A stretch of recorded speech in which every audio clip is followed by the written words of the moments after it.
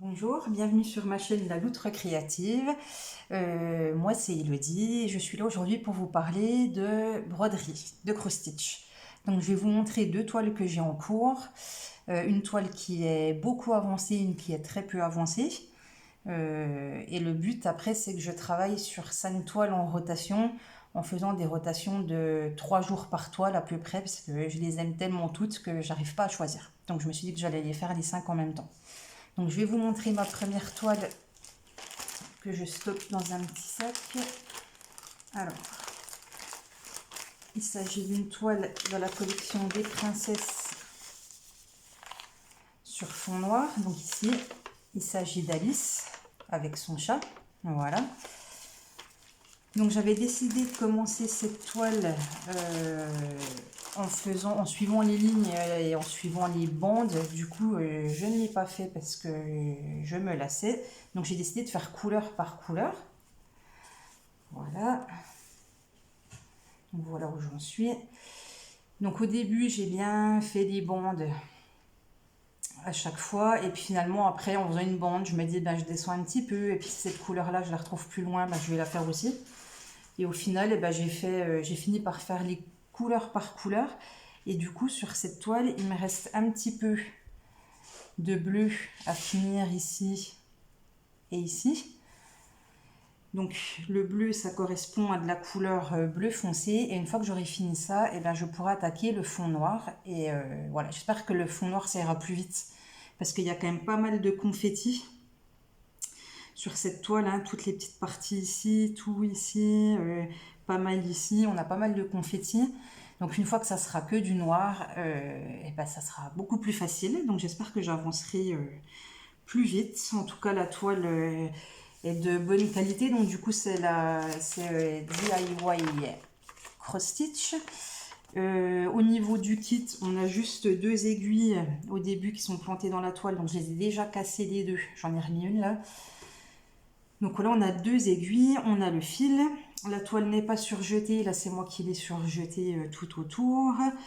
On a bien le rappel de l'image, sauf que là, je vous montre, mais on ne voit rien. C'est tellement foncé qu'on voit quand même pas grand chose. Donc voilà, le petit rappel de l'image. Ici, on a le petit code couleur avec la première colonne, avec le numéro du fil, le symbole qu'on va retrouver sur la toile et la couleur en DMC. Et ici, sur le côté, la couleur réelle. Donc voilà tout ce qu'on va avoir. La toile, elle est plutôt rigide. Moi, ce qui me va bien, parce que je brode sans tambour, ni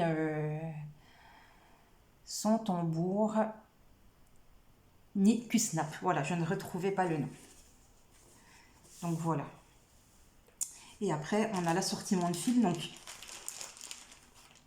c'était arrivé sur une petite cartonnette. Je vais essayer de vous défaire ça. Hop. Alors en sachant là quasiment qu'il reste tout le rab puisqu'il y a beaucoup de couleurs que j'ai fini. Hop. Ça prend un petit peu de temps. Voilà. On va y arriver.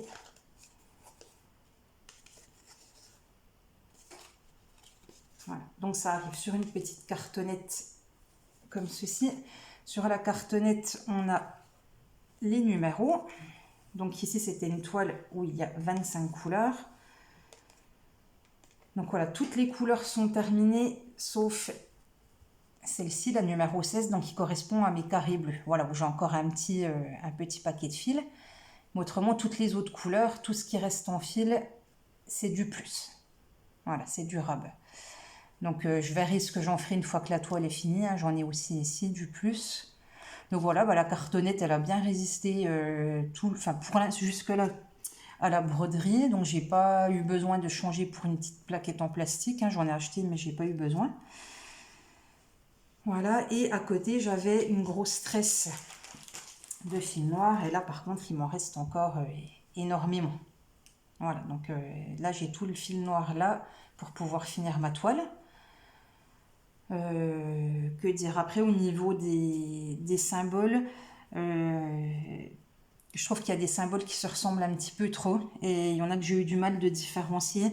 Par exemple, donc là je peux plus vous montrer sur la toile parce que c'est fait, Mais quand on a croix rouge sur jaune et croix rouge sur blanc, quand c'est un point par-ci par-là, on a du mal de voir le blanc qui est en dessous de la croix. Et je crois que j'en avais un autre qui m'embêtait un petit peu. J'ai eu celui-ci, donc, qui était du vert entouré de jaune, avec celui-ci qui est du vert, pardon, qui est du vert en carré plein. Alors là, comme ça, sur la liste, on y voit bien. Je trouve que sur la toile, ça a été compliqué. J'ai été obligée de sortir avec mon petit patron. Et le petit patron, on va pas se cacher qu'il est pas super. Alors, il est bien imprimé, certes, mais par contre, il est minuscule. C'est-à-dire que quand il faut s'y retrouver là-dessus, c'est quand même pas simple. Donc voilà, déjà, c'est qu'un format A4, mais en plus, sur le format A4, on n'a quand même pas beaucoup de la feuille qui est utilisée. Hein. Donc, ça fait vraiment un petit format. Voilà, quand il faut rechercher là-dessus, je vous montre un petit peu de plus près. C'est pas forcément évident. Voilà. Donc voilà pour cette toile en cours. Donc là, ce que j'aimerais, c'est finir ma petite partie bleue, tout ici, assez vite. Et comme ça, après, hop, je ferai des petites sections noires de temps en temps. Et je vais la finir comme ça au fur et à mesure.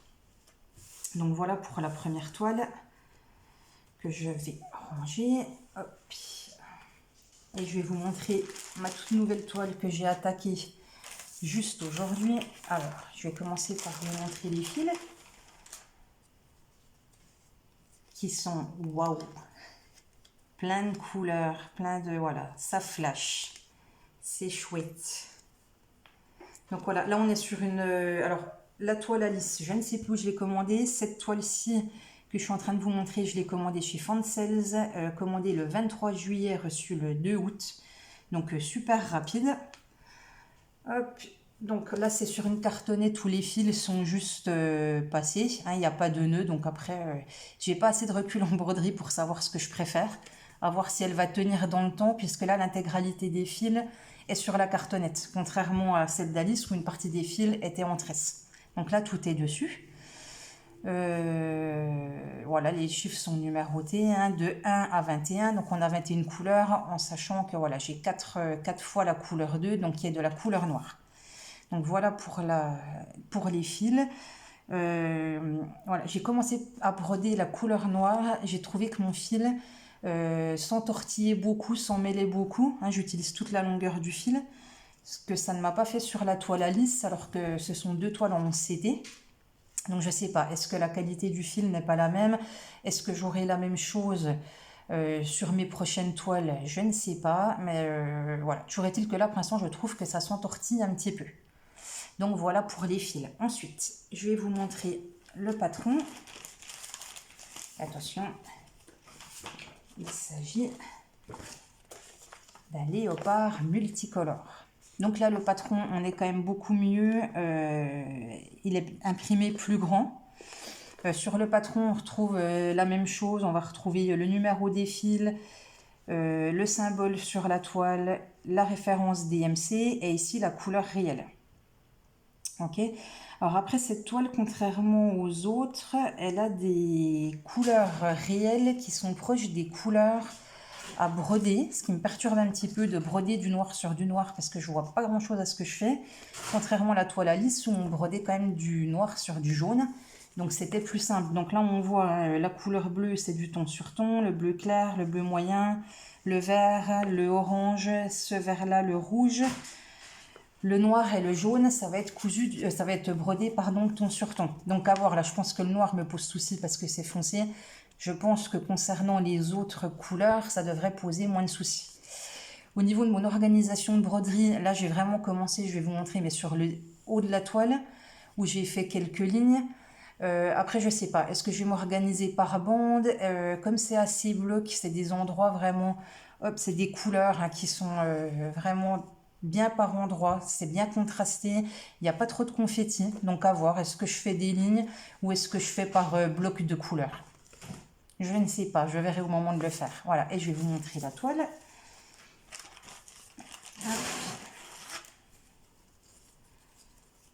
Donc, voici la toile. Donc c'est une toile de 40 sur 50. Voilà. On entend mon petit lapin derrière. Hein. Si vous entendez du bruit, il est en train de s'énerver dans sa cage. Voilà, c'est mon petit Opali. Voilà, donc une jolie toile rigide, pareil comme celle d'Alice, ce qui ne me dérange pas pour broder.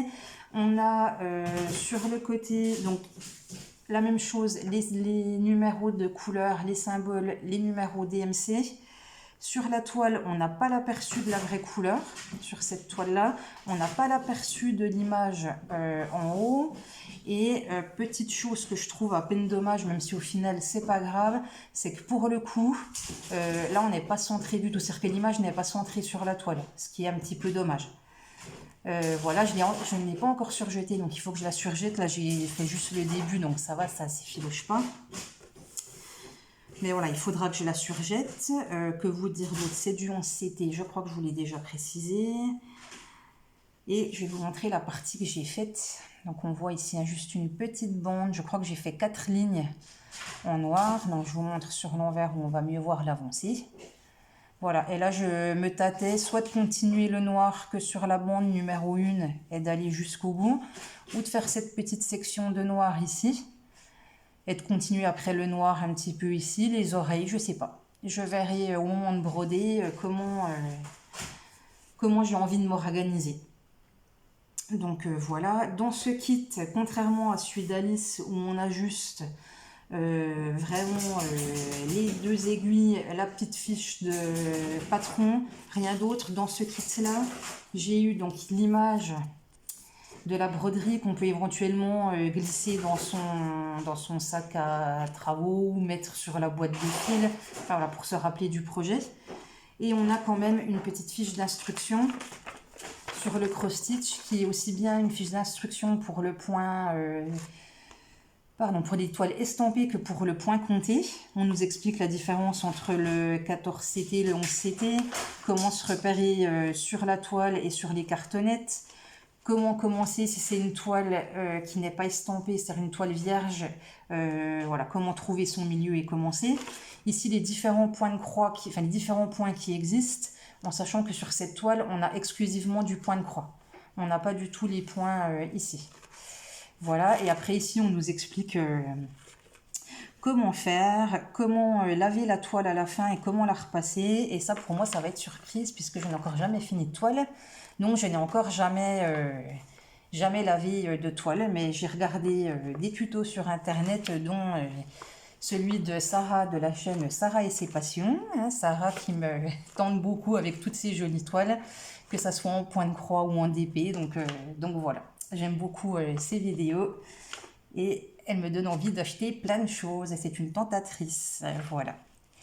Écoutez, voilà pour cette toute première vidéo de la chaîne.